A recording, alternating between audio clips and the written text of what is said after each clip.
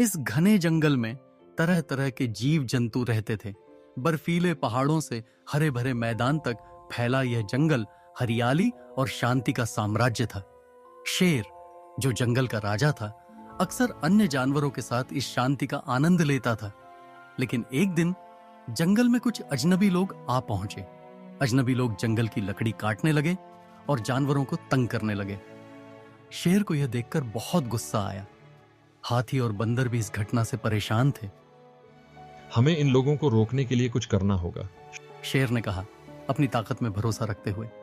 शेर, हाथी और बंदर ने मिलकर एक बैठक की। हमें अजनबियों से बातचीत करनी चाहिए, हाथी ने समझदारी से कहा। सभी जानवरों ने इस योजना को स्वीकृति दी और अगले दिन अजनबियों से मिलने का निर्णय लिया।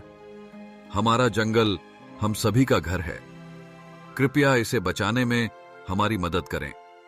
हाथी ने विनम्रता से कहा।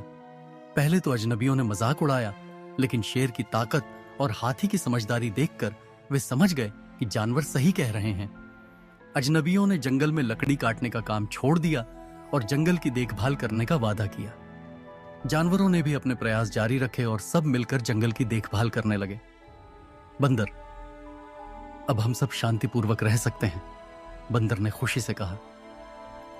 इस कहानी से यह सीखने को मिलता है कि जब हम सब मिलकर कोई काम करते हैं तो किसी भी समस्या का समाधान ढूंढ सकते हैं। अगर हम अपने घर और अपने पर्यावरण की रक्षा करेंगे तो जीवन हमेशा सुंदर रहेगा। अब हर कोई जंगल में शांतिपूर्वक रहने लगा और सब मिलकर उसकी देखभाल करते थे।